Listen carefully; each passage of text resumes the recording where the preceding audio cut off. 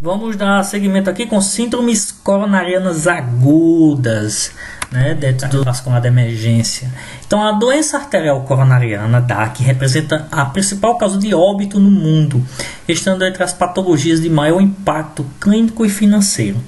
A maioria dos casos de infarto agudo do miocárdio é causada pela oclusão de um ramo coronariano principal, certo?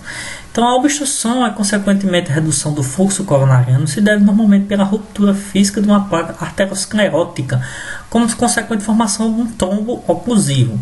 Vasoconstricção coronariana e microembolização também podem estar envolvidos nesse processo.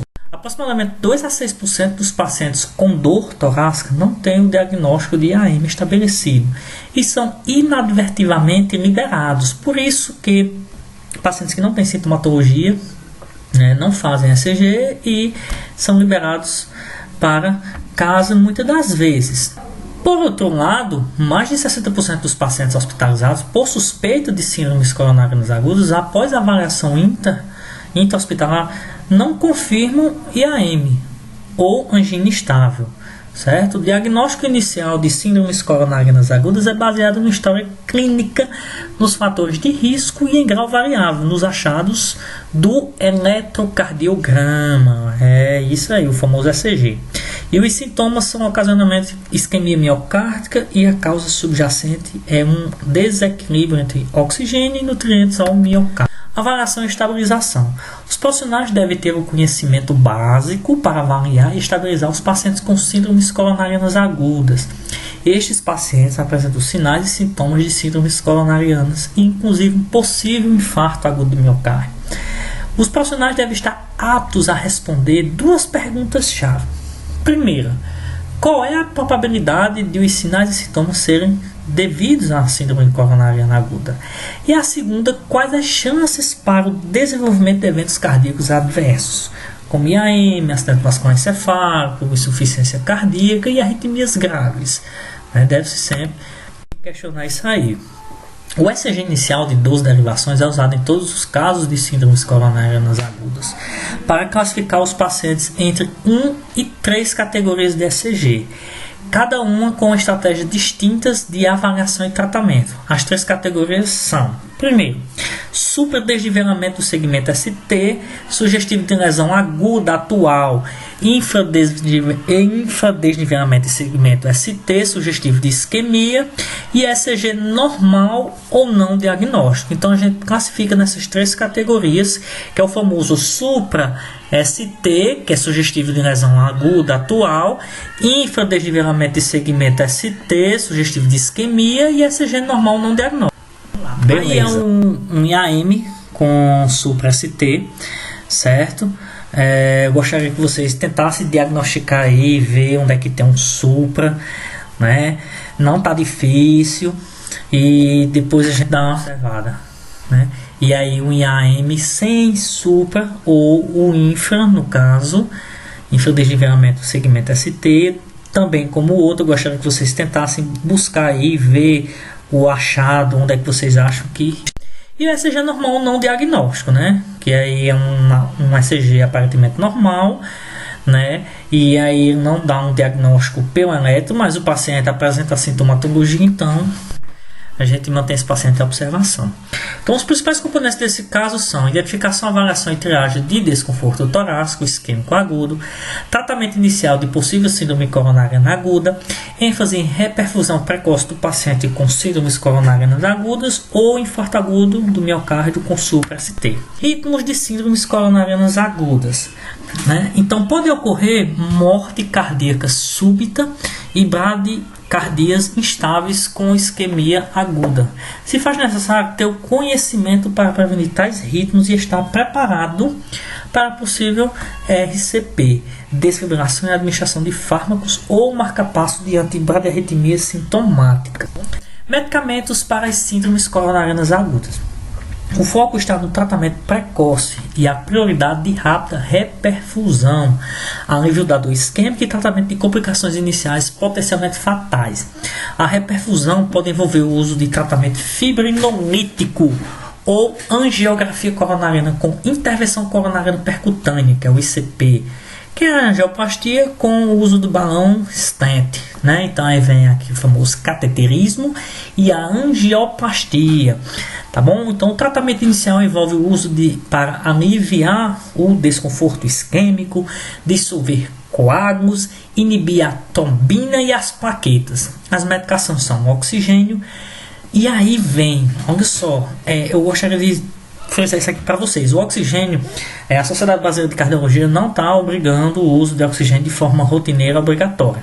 Tá bom? Quando o paciente apresenta isquemia ou dispneia, uma diminuição na saturação, aí se indica o uso do oxigênio catéter nasal. Tá bom? Aspirina, o ácido acetil salicílico, nitroglicerina, opioides, principalmente no uso da morfina, tratamento fibrinolítico, né, o uso de heparina não fracionada ou de baixo peso molecular e os agentes como beta-bloqueadores, antagonistas do difosfato de adenosina, que é o famoso clopidogrel, inibidores da enzima conversora de angiotensina e ECA, tratamento das estatinas, inibidores da glicoproteína 2B e 3A, tá bom? São medicamentos adjuvantes nas síndromes coronarianas, tá bom?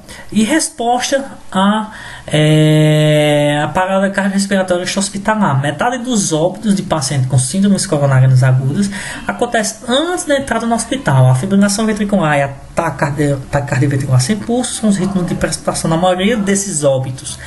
Por isso, a população deve reconhecer os sintomas de síndromes coronarianas agudas, acionar o serviço médico de emergência e notificar o hospital de referência, fornecer RCP precoce se o paciente apresentar uma PCR, fornecer desfibrilação precoce com DEA.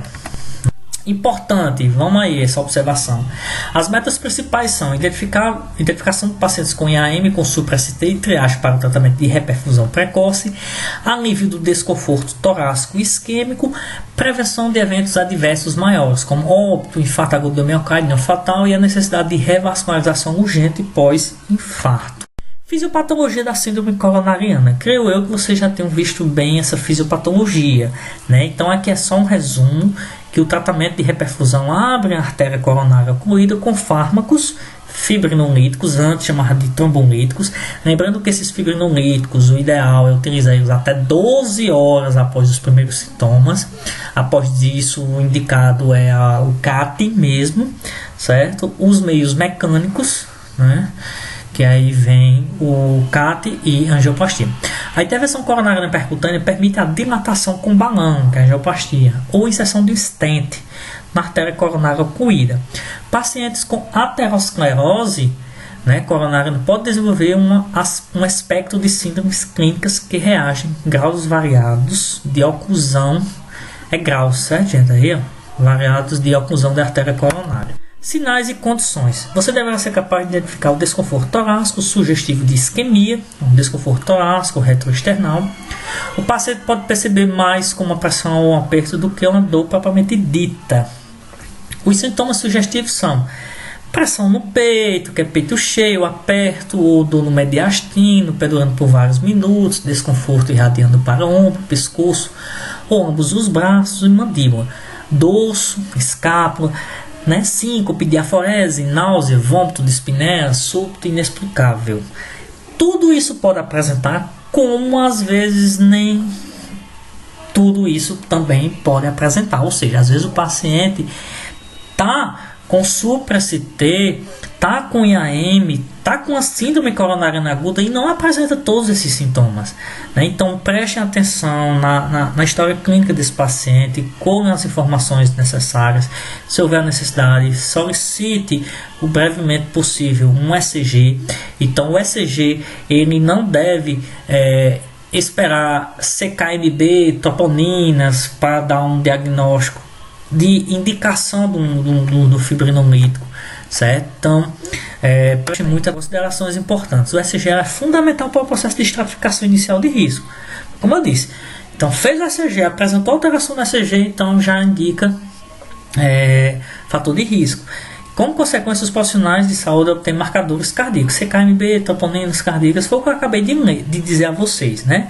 Mas os mesmos não precisam esperar de evidências de marcadores cardíacos elevados para tomar uma decisão de administrar o tratamento fibrinolítico, ou seja, indicar esse paciente logo para uma fibrinólise.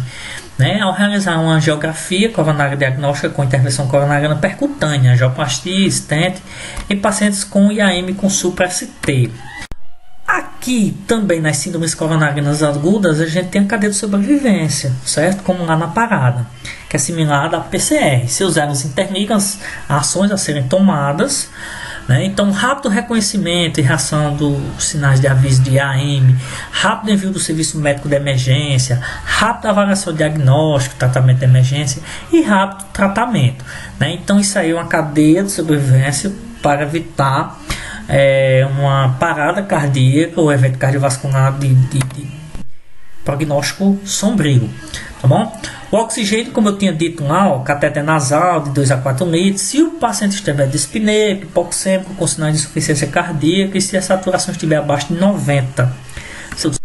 A aspirina, que é o ácido acetilsalicílico, administrado de 160 a 325 mg sem revestimento entérico, ou seja, mastigável, né? Pode mastigar, pedir o paciente para mastigar. Desculpa. Inibição do tromboxano A2 inibir a ciclooxigenase plaquetária. Então ele tem essa ação.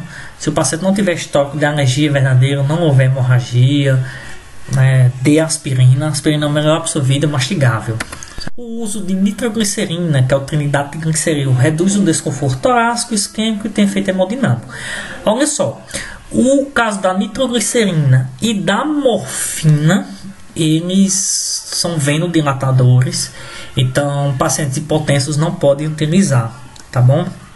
Ele tem efeito benéfico quando o paciente tem uma PA boa, né, porque eles vão atuar o quê? Diminuindo a pré-carga do ventrículo direito e ventrículo esquerdo, né, por meio de dilatação arterial e venosa. E aí o comprimido é 3 a 5 minutos, podendo repetir a dose, né, se a PA tiver acima de 90 mg de mercúrio e não inferior a 30 mg de mercúrio, e frequência cardíaca de 50 a 100. A nitroglicerina e a morfina são venodilatadores e deve ser usado com cautela ou absolutamente não utilizado em pacientes com pré-carga ventricular inadequada. Ou seja, são pacientes que dependem da pré-carga ventricular. E aí vem IAM de parede inferior, de infarto de ventrículo direito, hipotensão bradicardia, taquicardia e os recentes de fosfodiesterase, que é o famoso sildenafil ou verdanafil ou tadalafil nas últimas 48 horas, ou seja, o paciente que faz uso de medicação para impotência sexual. Bom, muita importância de uma comunicação de perguntar ao paciente isso aí, né? O uso de opioides, morfina, administrante de desconforto torácico, sem resposta à nitroglicerina, né? O uso de morfina com cautela, porque também está associado a maior mortalidade. A morfina pode ser utilizada porque reduz a analgesia, venodilatação, diminuição de pré-carga e consumo de oxigênio, diminui a resistência vascular sistêmica e redistribui o volume sanguíneo, né? No caso com edema pulmonar. E aí vem a observação que eu até tinha começado a dizer lá e terminei aqui com o uso de opioide morfina, que a morfina é um venodilatador, como a nitroglicerina. Então, em caso de hipertensão, administre fluidos como primeira linha. Não use morfina ou nitroglicerina em pacientes hipotensos. O uso de medicamento anti-inflamatório não esteroide, os AINES, né, contraindicado, excesso a aspirina, e deve ser interrompido. Não se deve administrar sedativos por causa do maior risco de mortalidade, reinfarto, hipertensão, insuficiência cardíaca e ruptura miocárdica associada ao seu uso. Avaliação e tratamento. Nos primeiros 10 minutos obtém um ECG. Então o ECG, como eu disse no começo da aula, que o ECG é um exame de escolha de primeira linha, é um exame rápido, fácil, barato, né? Então é um exame que tem que ser feito em até 10 minutos, 12 derivações. O ECG é fundamental na via de decisão e tratamento do desconforto torácico, isquêmico e o meio de identificar o IAM. Então não precisa esperar CKMB, troponinas, etc. para indicar o uso de fibrinolítico e a questão do cateterismo de intervenção coronariana percutânea. O IAM é caracterizado pelo supra desnivelamento, já está dizendo, supra, ele sobe, desnivelamento do segmento ST, em 2 ou mais eletrodos contíguos, ou por novo bloqueio de ramo esquerdo. Os valores limiares são a elevação do ponto J acima de 2 mm, ou 0,2 mV, nas derivações V2 e V3, certo? Essa questão do V2 e V3 eu volto já, porque tem a diferença sexo masculino e feminino, e 1 mm ou mais para todas as derivações, ou por novo bloqueio de ramo esquerdo. Essa questão das derivações V2 e V3 do ponto J é de 2,5 para homens abaixo de 40 anos e 1,5 em todas as mulheres, tá bom? A síndrome coronariana aguda com sem supradesnivelamento de segmento ST, que é caracterizado pelo infradesnivelamento ST isquêmico, é de 0,5 mm ou 0,05 mV, ou não supera a inversão dinâmica de onda T, com dor ou desconforto. O supra-ST não persistente ou transitório de 0,5 mm ou superior por menor de que 20 minutos. A síndrome coronariana aguda de médio ou baixo risco se caracteriza por alterações inconclusivas normais ou não diagnósticas de segmento ST, ou na onda T que exige maior estratificação de risco. A classificação das síndromes isquêmicas por ECG não deve ser excluída. Pacientes com ECG normal que persistem os sintomas pode ser determinado com IAM, ou seja, paciente que continua com dor, paciente que sente aquele desconforto torácico, sinais sugestivos de AM e o eletro não mostra de forma conclusiva, né? Então esse paciente tem que ficar em observação e repetir frequentemente esse ECG. Outra coisa, não é feio, não é ruim você solicitar apoio de um colega com mais experiência em ECG para dar um parecer em relação a esse eletro, certo? Porque tempo é coração, como no caso do AVC, tempo é cérebro. Então, quanto mais tempo perdido, maior risco para o paciente. Okay? Aqui é o algoritmo. Sintomas sugestivos de isquêmica ou de infarto, monitore o ABC, esteja preparado para RCP, administre aspirina e considere oxigênio, nitroglicerina e morfina se necessário. Obtenha um ECG de 2 derivações, se supra-ST notifica o hospital receptor, no caso do SAMU, né, então tem que notificar o hospital. Use checklist se considerar fibrinólise pré-hospitalar, ou seja, menos de 12 horas. A avaliação simultânea do departamento de emergência verifique sinais vitais, avalie saturação de oxigênio, estabeleça intravenoso, acesso. Isso a gente faz no SAMU também, né? Faça um breve exame físico de história clínica, verifique contraindicações, os marcadores cardíacos. Tratamento geral, se saturação do oxigênio abaixo de 90, inicie oxigênio a 4 litros por minuto, aspirina de 160 a 325 mg, nitroglicerina, morfina intravenosa, se não aliviado por nitroglicerina, tá bom? Mas aqui normalmente a gente utiliza muita morfina, né? Também boa quando o paciente está sentindo muita dor. Se supra-ST o bloqueio de ramo esquerdo, né? Então, se tem supra-ST e bloqueio de ramo esquerdo, que é o famoso IAM-ST, inicie tratamento adjunto, não retarde a reperfusão. Olha aqui a questão do tempo. Tempo desde o início dos sintomas é menos ou igual a 12 horas ou é mais do que 12 horas? Se é menos de 12 horas, intervenção coronariana percutânea, 90 minutos, fibrinólise, porta-agulha e agulha 30 minutos. É aquele famoso fibrinolítico, alteplase, tenecteplase, streptokinase, né? E aí acima de 12 horas, alto risco de síndrome coronariana com intervenção dinâmica de onda T, e aí vem o uso do porta-balão, que aí vem o stent, né? Considera a estratégia invasiva, desconforto torácico, né? Inicia tratamento adjunto, né? Segmenta ST de onda T normais ou alteração de não diagnóstico. E aí vem considerar a administração em unidade de dor torácica ou departamento de emergência, com leito apropriado, né, para maior monitorização e possível intervenção. Então, resumindo aqui, o paciente apresenta os sintomas, faz o uso da medicação, aí vem morfina, aspirina, nitroglicerina, clopidogrel, inibidores da glicoproteína 2B3A, né? Paciente Tá sentindo dor, faz o eletro, não espera troponina, CKMB, né, para dar um direcionamento para esse paciente. Se ele tiver abaixo de 12 horas, vê a indicação de fibrinólise. Se faz mais de 12 horas, intervenção coronariana percutânea, que também é menos de 12 horas, também pode ser indicado, obviamente, o uso do cateterismo, né? E aí, se o paciente continua com dor, considera a admissão em unidade de dor coronariana, tá bom? Isso aqui é só um lembrete da American Heart, tá bom? Publicação que aí nos norteia de forma mundialmente, e a bibliografia, tá bom? Um abraço para todos, boa sorte aí, nos veremos, se Deus quiser, em breve.